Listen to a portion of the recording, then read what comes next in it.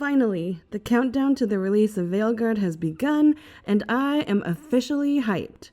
We're getting more and more info and spoilers about the upcoming game every day, and I'm trying to not spoiler myself too much so I'm not 100% caught up on every single detail, but I do have a bunch of thoughts I wanted to get out before the release. So some of this stuff may have already possibly been addressed, but we'll see. These 2 videos will have spoilers from all the past Dragon Age content, and even some of the Veilguard marketing material that has been released so far, so be warned. In these videos, I'm going to talk about my top 2 biggest lore loose ends and questions I expect, or hope, the Veilguard will address. And we'll talk about what we do know about them so far. Part 1. The nature of the Blight and Red Lyrium. You have no idea what you have done. The blighted elven gods walk free, all because you disrupted my ritual. Yeah, no shit, Solas. You don't tell anybody anything, so how would anyone know? But the Blight is definitely something I want to know more about. And Red Lyrium. So what do we already know about it? The Chantry teaches us that it is the hubris of men which brought the Darkspawn into our world. The mages had sought to usurp heaven, but instead they destroyed it. They were cast out, twisted and cursed by their own corruption. They returned as monsters, the first of the Darkspawn. They became a blight upon the lands, unstoppable and relentless. The Blight, formerly known as the Taint, is a main theme that we face throughout all of the Dragon Age games, with lots of lore behind it. But to give you a really brief summary, it is this pervasive corruption that spreads throughout organic life, created and spread by the Darkspawn who hear the calling of the old gods. My kind has ever been driven to seek out the old gods. This is our nature.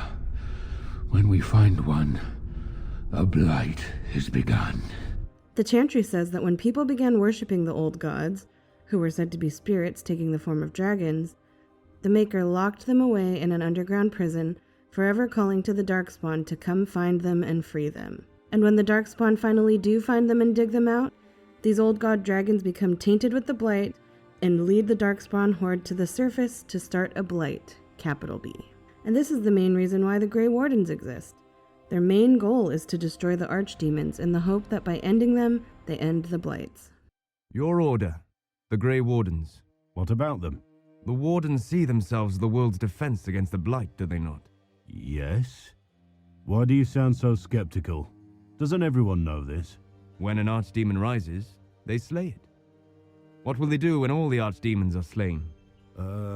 Retire? Without archdemons, there can be no Blights. Is that the reasoning? Right. Where are you going with this? Nowhere. I hope they are correct. And Solas actually seems pretty pissed about this plan. We must stop the Wardens from carrying out this insane plan, Inquisitor. To seek out these old gods deliberately in some bizarre attempt to preempt the Blight. Grey Wardens have always been dangerous. They care for nothing beyond stopping the Darkspawn. Like a fair maiden chasing a butterfly off a cliff. Except if you don't stop them, we'll all fall. So what can we speculate about the Blight? I published a video almost a decade ago that has been somewhat validated by Trespasser and some of the release spoilers for Veilguard. But a part that hasn't directly been addressed yet is the theory that a possible reason why Solas locked away the elven gods was due to using the Blight as a bioweapon that got out of control. I'm linking that video in the description below, so if you're interested, you can see all of it, but I'll summarize the Blight part here. Starting with Elven God Andruil Codex. One day, Andruil grew tired of hunting mortal men and beasts. She began stalking the Forgotten Ones, wicked things that thrive in the abyss. Yet even a god should not linger there, and each time she entered the void, Andruil suffered longer and longer periods of madness after returning. Andruil put on armor made of the void, and all forgot her true face. She made weapons of darkness, and plague ate her lands. She howled things meant to be forgotten, and the other gods became fearful Andruil would hunt them in turn. Could this codex be talking of Andruil making armor of red lyrium? The madness described reminds me of red lyrium corruption, or the taint, as if she was going full-on Knight Commander Meredith. And it talks of a plague that spread throughout her lands. I found out that red lyrium... it has the blight, Varric. Lyrium is alive, or something like it. So we know that red lyrium involves blight magic and titan blood. Lyrium. The Titan's blood is lyrium. And we also know blight magic to be highly contagious, virulent, and dangerous. The two deadly things combined to form something super awful? The elven murals found around Inquisition show mindless, sad-looking elves lined with red, depicting what I think to be slaves being controlled by red lyrium or the blight. So were the elven gods using the blight as a bioweapon and as a means of control over their slave armies? You disapprove of Corypheus using the magic of the blight, Solas. Every intelligent creature should. Yet you raise no objection to the Grey Wardens using blood magic. Blood magic is no worse than any other, properly used. But the blight corrupts everything it touches. Those who believe themselves capable of using it safely are mad. It seems like Solas is speaking from past experience. And, spoiler alert for Veilguard, that codex seems to imply that Andruil was the one who brought it up from the void, but newer marketing material and gameplay spoilers suggest that it was actually the elven god Ghilan'nain who was messing with it. Yeah, I guess we're supposed to be pronouncing it that way now. Ghilan'nain? Ghilan'nain. Ghilan'nain. It's Ghilan'nain. Ghilan'nain. Oh. As I talked about in one of my past videos, Ghilan'nain appears to have been an evil mad scientist. You can find that video in the description below. And with the new gameplay spoilers that have come out, it seems to be true. Ghilan'nain was Andruil's chosen, and favored her above all others according to a couple codices in the game. And in the third entry of the comic The Missing, we can see a mural that seems to depict Ghilan'nain with her signature moonhead headpiece, cradling who I and many other fans believe to be Andruil. What could be happening here? In the Ascension of Ghilan'nain Codex, it says, Ghilan'nain kept herself apart from the people. She used her power to create animals none had ever seen. The skies teemed with her monsters, the land with her beasts. Andruil hunted them all, and after a year of killing, approached Ghilan'nain with an offer. The gods would share their power with Ghilan'nain, but only if she destroyed her creations, for they were too untamed to remain among the people.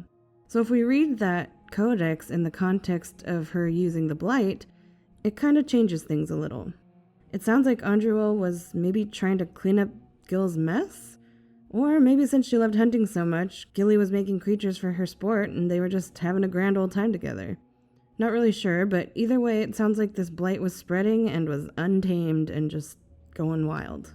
And don't forget, that elven god Andruil codex even seems to imply that she became corrupted herself. Did she partake in Ghilan'nain's experiments? Even Gil looks all messed up, like she corrupted herself.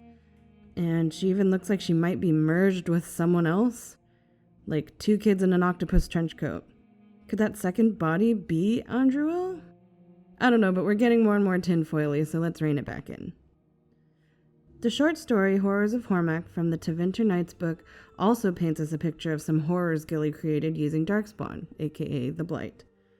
It says, the middle band with its scenes of healing seemed now twisted, wrong. No longer did it seem as though mages were drawing corruption and disease out of the wounded and infirm, but instead they forced it in, pushing it through and into the fallen bodies. The expressions on the faces of those elven rulers betrayed a contempt that was almost palpable, the beatific smiles edged with disgust and disdain for the creatures at their feet. And the subjects, far from kneeling in reverence as Ramesh had first thought, seemed more to be cowering in terror. This sounds a lot like it could be forcing the blight into the elven slaves. And at the end of the story it says, the mountain he'd brought down, the one that buried that nightmare under thousands of tons of rock, was not the only one to which Aravels brought their prey. There had been, before the images repeated, 11 others. This seems to imply to me that there are 11 other monster-making army factories described in this story, also built under 11 other taigs. Could these be the remainder of the 12 great dwarven taigs? Hormak was one of them, Orzammar is one, and Kalsharok is one of them. That's the only other remaining dwarven kingdom that was abandoned and has been mostly isolated and cut off from the rest of Thedas since the first Blight, because they were trying to cut off the Darkspawn from getting through. We learned in World of Thedas Volume 1 that Kalsharok has dwarves that are kinda off. The end of the snippet says, "As curious as I was, there was an undercurrent I found unsettling. I must stress that he and his helpers were professional and honest throughout, but there was something I can't describe. While he remained hooded the entire time, he looked me square in the eye when our deal was struck, unashamed. I lived through a time of blight. I felt the gaze of a Grey Warden and seen the corruption of his prey. Why I remembered both in that moment, I still can't explain." Is there also a ghillie monster-making factory in Kalsharok too? And these dwarves have somehow learned to harness that power of the blight? Anyways, I'm starting to venture off into dwarf territory, which I'll be getting more into in part 2. Back to focusing on Ghilan'nain and the blight. And take a look at these murals spread throughout Inquisition. They really remind me of Red Lyrium corruption, especially this one. We see some downtrodden elves stuck in the belly of a red holla. Seems pretty symbolic to me. New marketing material also has been saying that Ghilan'nain is using the blight, trying to control it, and that the dragons we have seen in the trailer is her archdemon. Ghilan'nain, the god of monsters, she uses blight like a medium to sculpt and warp the Darkspawn to do her bidding, to suit her purposes. So does that mean she's causing a blight, capital B?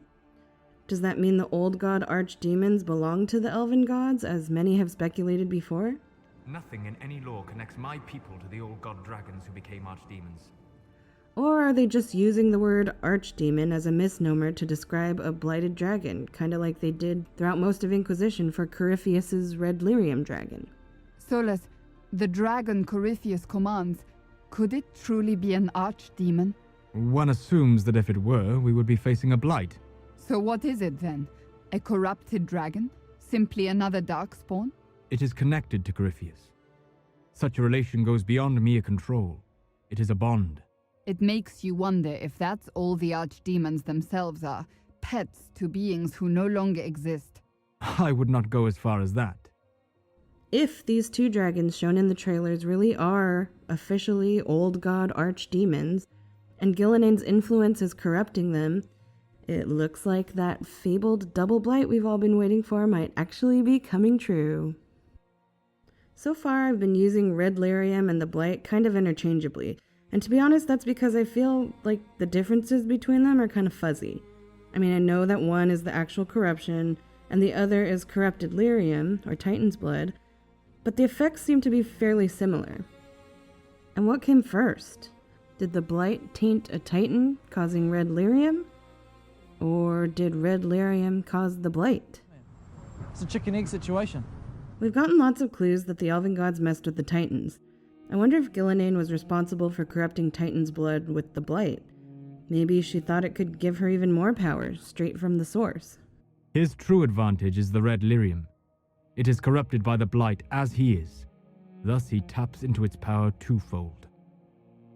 And speaking of Red Lyrium, let's take a look at this Lyrium dagger. It looks like it's going to be pretty important, as Solas is wielding it for his huge ritual he's been preparing about 10 years for, and we can see it in the release date trailer stabbed into Gilly's chest.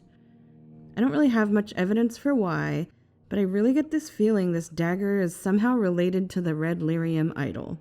It seems a similar size, has the same circular hilt, but that's about all the proof I have besides just a gut feeling. The Red Lyrium idol from DA2 played a huge role in early promos for Dragon Age 4. The very first teaser we got from the 2018 Game Awards focuses on it pretty exclusively. Into Winter Nights, the story of the Dread Wolf Take You, pretty much the whole story revolves around different spies telling their stories about what they know about Solas' plans and the Red Lyrium idol. So it was super important, at least at one point in development, but we haven't really seen all that much about it since. Is this dagger somehow related to it? In the Mortalitatis story, she says she was observing a Tevinter Magister using the idol, and says, "I saw a spike of lyrium spring from the base of the idol, so that all at once it was not merely an idol, but a ritual blade." So could that be what this dagger is? The the ritual blade of the Red Lyrium idol somehow, like, purified or something? Because it sure as hell ain't red anymore. But in the card deck that's being sold in the merch pack, and in the collector's edition of the Veilguard art book, we can see two contrasting daggers, one that looks pretty corrupted and one that looks all nice and pretty and cleansed. Did Solas find a way to purify the idol somehow, yet still retain its power? But how? And would Solas really play with Red Lyrium like that? And speaking of a powerful weapon, Van Harel was clever. He could walk among both clans of gods without fear, and both believed he was one of them. He went to each side and told them the other had forged a terrible weapon, a blade that would end the war. Could this dagger be the blade she's talking about? The one to end the war? Maybe Van Harel wasn't lying after all, and this dagger has the power to kill gods. And I can't stop thinking about the Codex, Avernus's notes from the Warden's Keep DLC from Dragon Age Origins. I am starting to hear things, even while awake. A voice, more beautiful than any other, that calls to me from the depths. In my dreams I see the Black City, and I am drawn towards it. There's something there, an answer to what the taint is, this taint that we share with the Darkspawn. What is this calling all about? The elves believe that their gods are there, trapped in the Black City, so does that mean we might get answers from these two blighted gods who've been released? I really hope so. For all I know, this may have already been addressed in some of the spoilers I've been avoiding, but I can't wait to find out. What questions do you hope are answered about the Blight and Red Lyrium?